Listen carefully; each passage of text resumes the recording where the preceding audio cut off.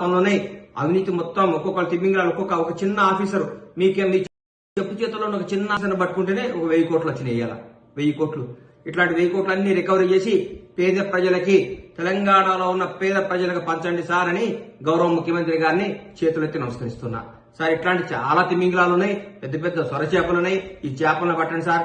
పెద్ద పెద్ద పదవుల్లో ఉన్నారు. ఈ హైదరాబాద్ చుట్టుపక్కల చాలా పెద్ద పెద్ద పదవులు చేసిన అందరూ పట్టుకుంటే దాదాపు మీకు 10,000 కోట్లు వస్తే చాలా రైతు బంధు ఇంకో బంధు వెళ్ళిపోతాం మనకి ఒక కార్యక్రమం. ఇట్లా ఈ అవినీతి చేస్తేనే, ఈ అవినీతిని నిర్మూలిస్తేనే మనం బ్రహ్మాండంగా 6 గ్యారెంటీలు చేయగలుగుతామని మాకు నమ్మకం ఉంది.